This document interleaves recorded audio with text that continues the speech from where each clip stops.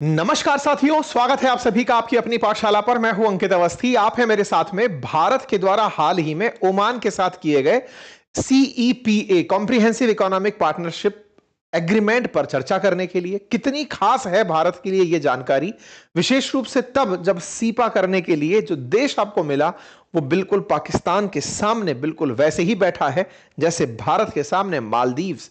भारत और मालदीव्स के जिस तरह के रिश्ते रहे हैं कि भाई मालदीव्स को पाकिस्तान वाले अपने लिए यूज करते रहे हैं, तो आप समझ लीजिए कि अब भारत ने ओमान को अपने लिए वो जगह बना ली है जहां ना केवल हमारे नेवल जहाज रिफ्यूल कर पाएंगे, बल्कि भारत की कंपनी वहां से अगर सामान बनाकर किसी को बेचेंगी तो कोई टैक्स नहीं देना पड़ेगा। और तो और आप इंडिया से बनाकर वहां माल भेजेंगे तो लगभग 99% सामान पर ड्यूटी फ्री कर दिया गया है, यानी कि आपका सामान वहां बिना टैक्स के बेचा जा सकेगा। ट्रंप का टैरिफ चलेगा नहीं। कुल मिलाकर के भारत के लिए यह बहुत ही काम की खबर है, या फिर केवल एक सुर्खी आज के सेशन में जिक्र करेंगे, क्योंकि भारत की तरफ से देश के प्रधानमंत्री ने हाल ही में ओमान की यात्रा की और उस ओमान की यात्रा को उन्होंने अपने 3 देशों की यात्रा में शामिल किया, जब वो एक बार जॉर्डन के बाद इथोपिया और फिर ओमान पहुंचे थे। ओमान के साथ हुआ फ्री ट्रेड एग्रीमेंट फिलहाल के लिए बड़ी सुर्खियों में है, क्योंकि भारत ने पिछले 5 सालों में 6 ऐसे एग्रीमेंट कर लिए हैं। शुरुआत मॉरिशस से हुई थी, फिर ऑस्ट्रेलिया, फिर यूके, फिर किया हमने ईएफटीए के साथ, एफ्टा के साथ में, और फिर किया यूएई के साथ में, और अब छठा देश हमारे लिए यह बनकर आता है। ऐसे में भारत के द्वारा किया गया फ्री ट्रेड एग्रीमेंट हमारे लिए, हमारे देश की कंपनियों के लिए एक्सपोर्ट इंक्रीज करेगा, और एक्सपोर्ट बढ़ने पर निश्चित ही देश में रोजगार के अवसरों में वृद्धि होगी। बात होगी ओमान की, लेकिन उससे पहले प्रधानमंत्री की और देशों की यात्रा, साथ ही साथ पाकिस्तान को कैसे चुनौती देगा हमारा यह सीपा आज के सेशन में जिक्र करेंगे। फिलहाल के लिए ब्रीफ करते हैं भारत के प्रधानमंत्री की 3 देशों की जो यात्रा रही, जॉर्डन, इथोपिया और ओमान की, एक एक करके। सबसे पहले शुरुआत करते हैं दिसंबर 15 को, जब भारत के प्रधानमंत्री पहुंचे जॉर्डन। जॉर्डन कहां है? जॉर्डन को मैप पर अगर आप देखें तो इजराइल के पूर्व में जॉर्डन है, जिसकी राजधानी है अम्मन। प्रधानमंत्री जब यहां पहुंचते हैं, असल में जॉर्डन जो है वो फिलहाल के लिए फिलिस्तीनियों का सबसे बड़ा गढ़ बना हुआ है। ये कहिए कि एक तरह से फिलिस्तीनी जब निकलकर भागे इजराइल के, जो इजराइल ने जब इस पर वेस्ट बैंक पर या फिर गाजा पट्टी पर जो कार्रवाइयां की, उसके बाद में या तो वो इजिप्ट भागे या जॉर्डन भागे। मेजरली फिलिस्तीनी लोग जॉर्डन में हैं। जॉर्डन के अंदर राजशाही है। जॉर्डन के किंग जिन्हें आप देख रहे हैं, ये सेना के अंदर बड़े पद पर भी हैं, बढ़िया जगह से पढ़े हुए हैं, और इनकी जो सूझबूझ है विदेशी मामलों में, ये काफी प्रो वेस्ट हैं, अर्थात बिल्कुल अमेरिका की तरह से सोचना, उसी तरह के तजुर्बे से रहना, और इन्हें पैगंबर साहब के वंशजों से भी लीनिएज में कहीं कनेक्ट किया जाता है। इस तरह की चर्चाएं भी इनके लिए रहती हैं। भारत के प्रधानमंत्री का यहां वार्म वेलकम होता है, आपको यहां पर बहुत ही अच्छे से ट्रीटमेंट दिया जाता है, विशेष रूप से तब जब भारत और जॉर्डन 75वीं वर्षगांठ मना रहे हों अपने बायलैटरल रिलेशंस की। जब इस तरह से आप कहीं पर प्रेजेंट होते हैं तो ढूंढा जाता है कि असल में लोगों के बीच में ऐसी कौन सी बात है जो यहां पर की जाएंगी। ढूंढा जाता है कि भारत के लिए यह जगह एक प्रकार से मिडिल ईस्ट के अंदर इजराइल ना जाकर, इजराइल के पड़ोस के देश जॉर्डन में जाकर बैलेंसिंग एक्ट की तरह से इसे देखा जा सकता है। बैलेंसिंग एक्ट की तरह से कैसे? कि इजराइल के साथ भारत के रिश्ते काफी अच्छे हैं, ये सब जानते हैं। मिडिल ईस्ट में क्योंकि फिलहाल के लिए फिलिस्तीन कहीं एग्जिस्ट कर नहीं रहा जिसके पास जाकर के प्रधानमंत्री का वेलकम हो सके, तो जॉर्डन प्रो फिलिस्तीन कह सकते हैं। हालांकि वो एंटी इजराइल भी नहीं है, क्योंकि वो इस बात से डरता है। वही वो देश है जिसने सेना भेजने से इनकार ये कहते हुए किया कि फिर इजराइल से कौन लड़ेगा। लेकिन चूंकि फिलिस्तीनियों को बड़ी संख्या में अपने यहां शरण देता है, तो यहां जाकर के एक प्रकार से समझिए कि बैलेंसिंग एक्ट करके भारत की तरफ से यहां आया गया। अब बात करते हैं यहां से अफ्रीका की यात्रा की। भारत के प्रधानमंत्री यहां से निकलते हैं, अगले दिन जाते हैं अदीस अबाबा। अदीस अबाबा कहां है? अदीस अबाबा है अफ्रीका में, अफ्रीका के अंदर इथोपिया में। भारत के प्रधानमंत्री का यहां वार्म वेलकम होता है। एक बार के लिए आप अफ्रीका का मैप देखें। अफ्रीका के मैप में पूर्व की तरफ जब आप चलते हैं तो यहां पर ये जो देश है, ये हॉर्न ऑफ अफ्रीका में बसा हुआ है। ये बिल्कुल हॉर्न सा निकला हुआ जो देश है ना, यहां पर बसा हुआ ये देश इथोपिया है। इथोपिया के अंदर भारत का वार्म वेलकम होता है। अदीस अबाबा जो है, यहां पर जब ये पहुंचते हैं, यहां पर यहां के जो प्राइम मिनिस्टर हैं अबे अहमद, उनके द्वारा इनका वार्म वेलकम होता है। अगर आप जानते हैं अबे अहमद के बारे में तो कमेंट बॉक्स में बताइए इनके बारे में क्या सिग्निफिकेंट है। एंड तक पहुंचते पहुंचते मैं भी आपको बता ही दूंगा, लेकिन अगर आप जानकारी रखते हैं तो ये विश्व में किसी पर्टिकुलर चीज के लिए जाने जाते हैं, कमेंट में बताइएगा। एनीवे, तो फिर साहब यहां से आप निकलते हैं, प्रधानमंत्री की मुलाकात यहां पर होती है। भारत के जो अफ्रीका में लोग हैं, इथोपिया में जो लोग कंपनियां काम कर रही हैं या लोग जो रह रहे हैं, उनसे बातचीत होती है। सदन को संबोधित किया जाता है, काफी सारे एग्रीमेंट यहां साइन होते हैं। यहां से आगे जब प्रधानमंत्री निकलते हैं और वो पहुंचते हैं मस्कट, मस्कट पहुंचते हैं, वहां मतलब कि ओमान पहुंचते हैं। बाय द वे, मैं इथोपिया के बारे में एक जानकारी और आपको दे दूं। इथोपिया चूंकि अफ्रीका में है और अफ्रीका में भारत बहुत सारा निवेश कर रहा है, भारत की तरफ से बहुत सारी हमारी कंपनी अफ्रीका के देशों में बड़ी मात्रा में निवेश करने गई हुई हैं। ऐसे में देश के प्रधानमंत्री का वहां होना ना केवल उन देशों में हमारा विश्वास बढ़ाता है, बल्कि जो चाइना वहां पर बहुत तेजी से फैलता जा रहा है उसे काउंटर करता है। तो भारत की कंपनियों के लिए एक सिग्नेचर तरह से यात्रा इसे कंसीडर की जा सकती है। आप ओमान पहुंचते हैं, ओमान में आपका वार्म वेलकम होता है, आपकी यात्रा को पूरी तरह से कवरेज किया जाता है। प्रधानमंत्री की जो ये यात्रा होती है, इससे बहुत सारे न्यू एवेन्यूज की चर्चा की जाती है। आप ओमान आते हैं अपने तीसरी यात्रा के अंदर।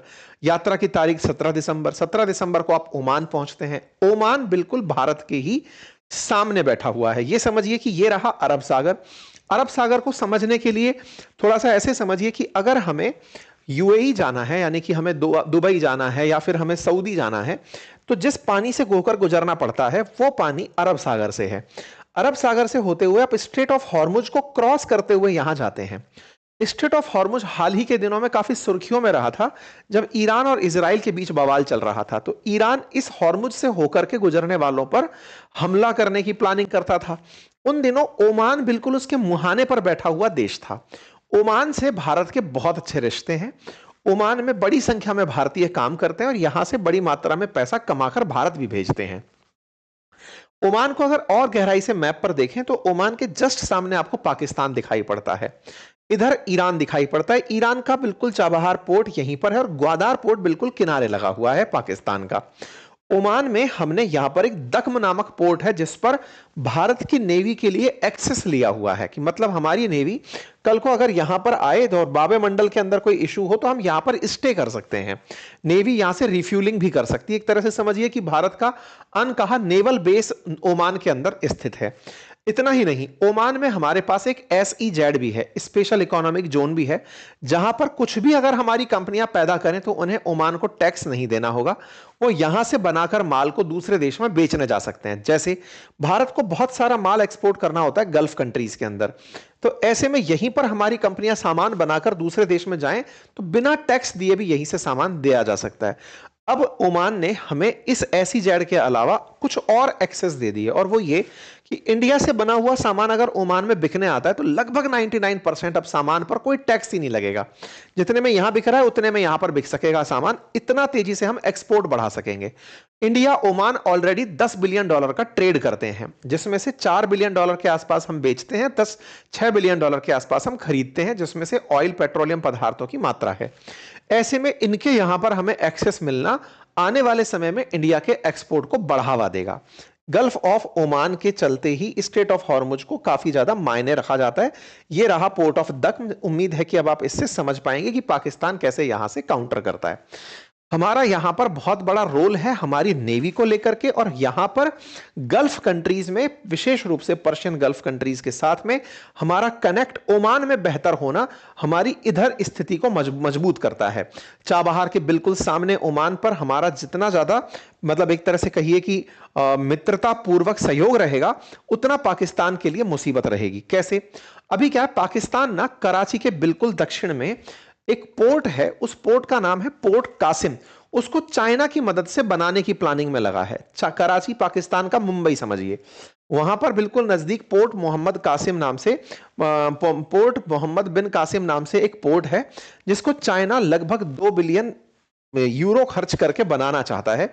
चाइना वालों ने इस पोर्ट के डेवलपमेंट के लिए पाकिस्तान से जगह मांगी है। ऐसे में भारत के बिल्कुल नजदीक, बिल्कुल भारत के बॉर्डर के नजदीक पोर्ट कासिम का विकसित हो जाना भारत को एक निश्चित ही चिंता का विषय देता है, क्योंकि एक तरफ ग्वादार पोर्ट और दूसरी तरफ पोर्ट कासिम। वहीं दूसरी तरफ ओमान में अगर हम बैठे रहेंगे तो इन पर हम भली भांति निगरानी रख पाएंगे, विशेष रूप से ग्वादार पोर्ट में। स्ट्रेटेजिकली भी हमारे लिए ओमान महत्वपूर्ण हो गया और व्यापारिक दृष्टि से भी महत्वपूर्ण हो गया। भारत के प्रधानमंत्री यहां जाते हैं, यहां पर भारतीय समुदाय के जो लोग हैं उन्हें संबोधित करते हैं।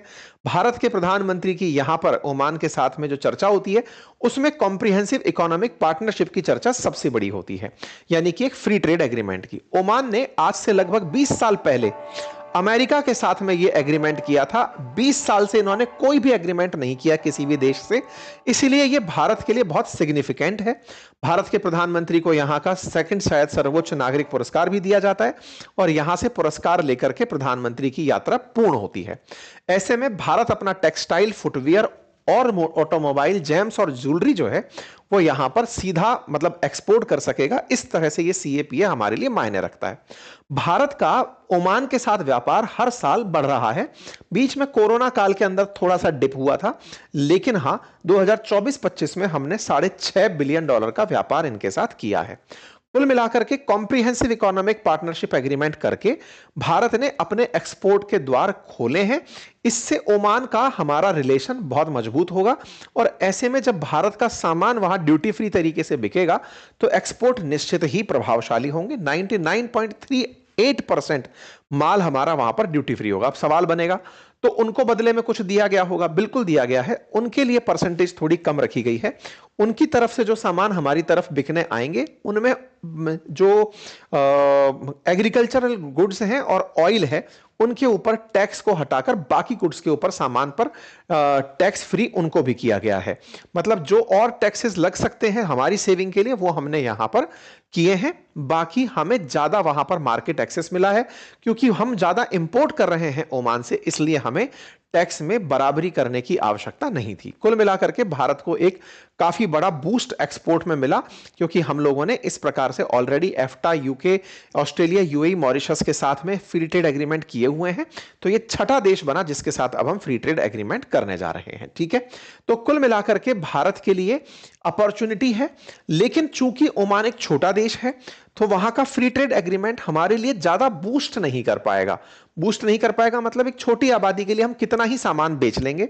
बेहतर होता कि भारत को वहां से तेल खरीदने में कोई और सस्ती दर पर लाभ मिलता, लेकिन चूंकि भारत वहां से आगे सामान एक्सपोर्ट करना चाहता है SEZ से, इसलिए हम उसे एज ए पोर्ट भविष्य में यूज कर पाएंगे और स्ट्रेटेजिकली उसके साथ हमारे संबंध अच्छा होना हमारे लिए उस पर्टिकुलर गल्फ ऑफ ओमान में, अरेबिक सी में अच्छी पहचान बनाता है। चूंकि इसके साथ साथ हमारा एक्सपोर्ट बढ़ेगा तो कुछ प्रोडक्ट्स जैसे मशीनरी प्रोडक्ट्स हैं, आयरन एंड स्टील हैं, ट्रांसपोर्ट की जो वस्तुएं हैं, इनके स्टॉक्स पर सीधा असर एक्सपोर्ट में देखने को मिल सकता है। प्रधानमंत्री जब भी विदेश यात्राओं पर हों और विशेष रूप से किसी पर्टिकुलर क्षेत्र के लिए डील की जाए तो उसकी वजह से बाजार पर भी सकारात्मक असर देखने को मिलता है। फिलहाल के लिए इतना ही। जानकारी अगर आपको पसंद आई हो तो साथियों से अवश्य साझा करें। चैनल पर नए हैं तो सब्सक्राइब कर लें। हमारे कोर्सेज अपनी पाठशाला एप्लीकेशन पर उपलब्ध हैं, उन्हें भी जाकर एक बार चेक करिए। धन्यवाद।